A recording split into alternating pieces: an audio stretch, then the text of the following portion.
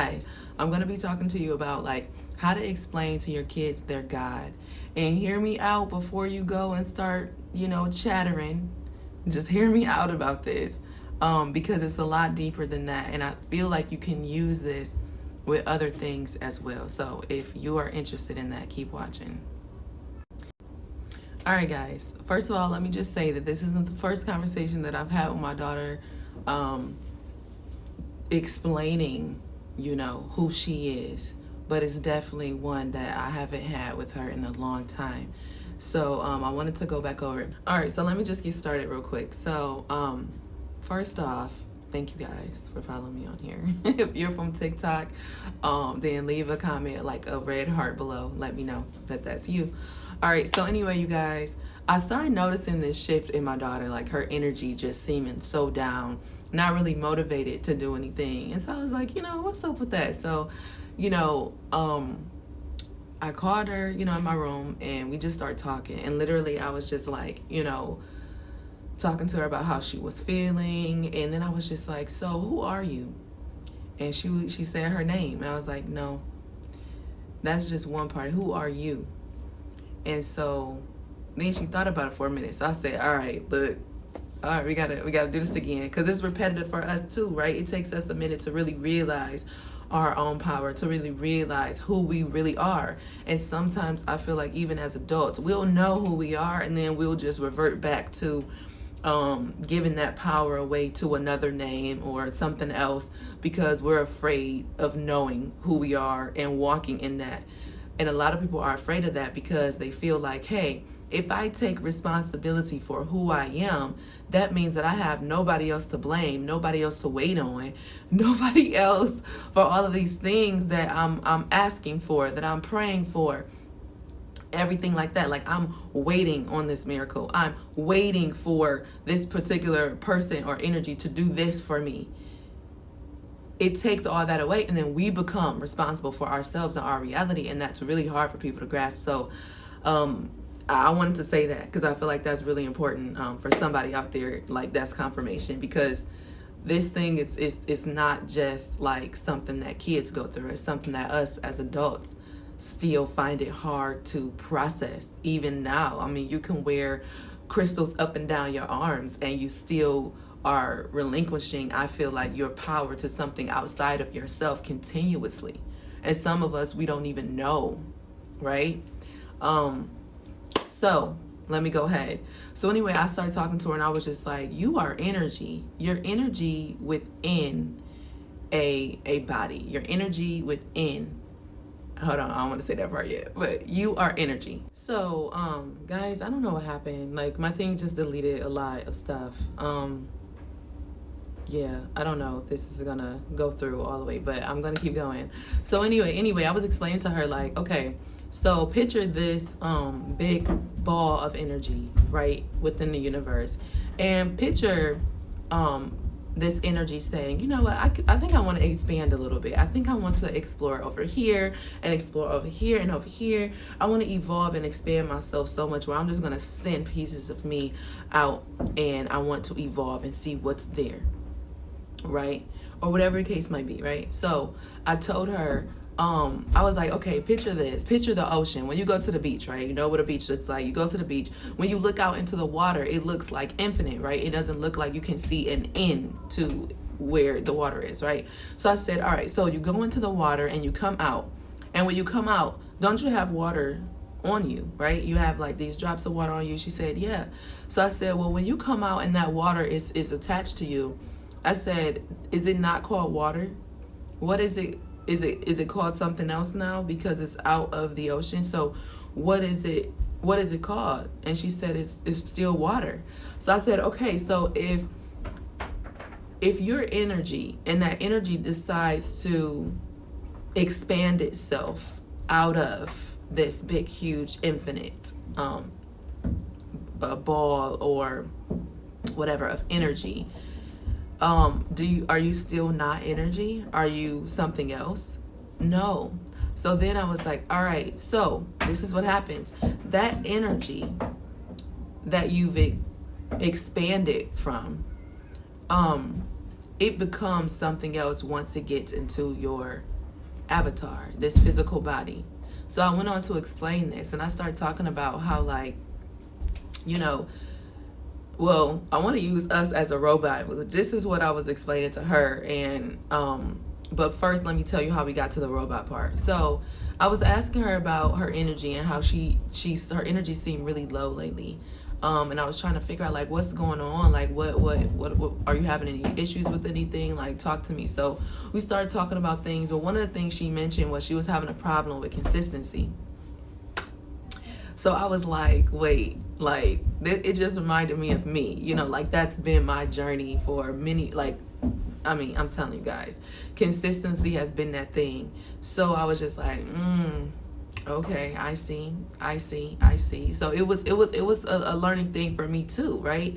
And I was explaining to her, like, I feel like this is so important for parents and for people to understand, because when we explain these things to our kids, it's really, we are explaining it to ourselves all over again, as well. Because for me, I just feel like sometimes, even as adults, we have a hard time really understanding who we are and really processing that. Because we can sit up here and do videos about the universe, about source, and about God and everything like that, but then we separate ourselves continuously from it.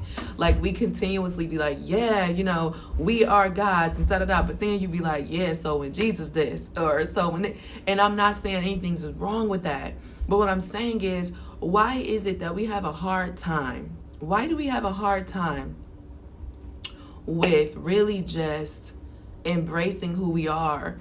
And I feel like it's because we're easily able to, God, I'm trying to get this out. It's easy for us to put all of our trust and all of our desires on everything outside of ourselves but us. And why is that? Let me tell you. Because a lot of us don't want to accept the responsibility of how amazing and powerful we are. We'd rather pray to everyone else, no matter what religion it is. You'd rather just go and be like, you know what? I'm just going to pray to whomever. I'm going to keep waiting on whomever to come save me. I'm going to keep doing all these things, because although you feel like you know who you are or a part of who you are, you haven't really digested it enough. You haven't really sat with that enough to know that, hey, listen, if I stop, Golly, I'm trying to explain this. Oh my God. Be like, listen, if I really realize who I am, I take on the responsibility. And some of us, we aren't ready to take on the responsibility that we create our own reality. We aren't ready to take on the responsibility that we're not waiting for anything, that no one's coming to save you from yourself but you. It will always be you every single time. And I feel like that's the reason why people are afraid, when they know and they feel it and they get it, but they're afraid and they're just like, you know what? I'd rather just think that there's something else out there that has more control over me than me. I'd rather just think that if somebody has a spell and they put a spell on me, that that's greater than the power that I have. No one, and I've said this before, no one, nothing, no spell, nothing has more power than you do over yourself and what happens to you. You give that power when you embrace that, and when you think that, and when you fear that. Some of us, we got to get this. We got to get this, that there's nothing, not any spells, not anything anybody can do that has more power over you. The only way these things exist in your reality is because you've given it attention, and you've allowed it to overshadow who you really are, because there's nothing that has more power over you than you. And you got to know it if you don't know it. So this is for somebody that needs that confirmation to know. Do you feel like somebody done put a spell on you? You feel like things aren't going your way and somebody's in control of your life and somebody's coming to save you from it, and you're waiting and waiting? No, it's you every time. So I'm explaining to my daughter who's dealing with consistency. She's like, I start working out and then I stop. I start doing these videos and then I stop. And I said, well, let me explain this to you. So your energy, right? Yeah. This is your robot. Imagine that this is your robot and you're controlling the robot. So I say, do you know what consistency looks like? And she said, yeah, y'all can see what consistency looks like. I said, okay. So the reason why your robot isn't giving you the consistency that you envisioned is because you're letting your robot control everything. You're letting your robot just go do what it wants to do. It lacks the direction, the vision. Okay, the vision isn't connected. Okay, so I said, what happens when the robot keeps doing what it wants to do and it's not giving you what it is you desire? What can you do? And she said, listen to what she said, y'all. Listen to what my daughter said, okay? And she's 13. She said, you're going to have to program it. Y'all, come on, program it. I said, yes. So we start thinking about that movie, like, I don't know, like I don't know, it's a Disney movie, but it's like that white little fluffy thing, like a marshmallow kind of. And, those of you that got kids might know. But it was that thing. And it's like, I think his name was Baymax or something like that. And I said, all right, think about it like that. What was happening when like the robot wasn't doing what it is he wanted it to do? He had to keep what? He had to reprogram it, right? Because it was programmed to do something. But he had to reprogram it. So now you're going to have to reprogram your robot to be consistent. How do you reprogram your robot to be consistent? You train it, right? I said he had to do this over and over and over and over for many days, over a span of time, to get the robot to really do what it is that he envisioned for the robot to do. But eventually he reprogrammed the robot and he got it right? And then when he needed the robot to do something else, then he reprogrammed it to something else, right? So let me tell you, I told her like this: you got to reprogram your robot. And after you reprogram it, what else do you got to do? You got to train it. It might take you some time. How do you train it? I told her, take one step at a time. Take one thing to be consistent at. Just one thing. I don't care what it is. Do it and track it, because now you've got to train your robot to align with your vision. So if your vision is to be consistent, how do you train it? By taking one thing at a time and becoming consistent at that. Y'all, I'm sorry if y'all hearing that noise. It's my kids, y'all. I know us mothers out there understand, but what can you do? I done said sit down. You know what I'm saying? Like but y'all, I'm just gonna keep going. So anyway, I was like, you're going to have to train that robot to align with your vision. And you're going to take it one step at a time. So you guys, I feel like that's just how we are. And that analogy, I feel like, is so amazing to use for your kids to understand how much they're in control of their lives. Because as a kid, I had this conversation recently, like as a kid, you feel like you are in control of what happens. You are in control of where you live, where you go, the surroundings you grow up in. You aren't in control of much. So allowing them to know that you still have that control power, although you're living with me, and although, you know what I'm saying, I control, like where we live and different things like that. And for me, I just communicate a lot with my kids, and I get their opinions and different things about stuff. But, allow them to know that they are in control of their reality. The things that they can control, let them know that it is not anyone outside of themselves but them. They are the energy within the robot, and allow them to start reprogramming their robot for self-empowerment, for fearlessness, for love, for joy, for peace. Self-empowerment just in general. You guys, I had this conversation with her, and I was just like, I just love it. I love it. Like, maybe one day we'll do a video together. I just absolutely love having these conversations with her. I let her know that she's controlling the robot. So if she's not seeing the results that she envisioned, it means it's time to reprogram it, and it's time to train it. Yeah. So I'm saying that to you. If you're dealing with something like that, it's time for you to reprogram your robot, because you are in control over it. It's time for you to train it. It's time for you to take one step at a time.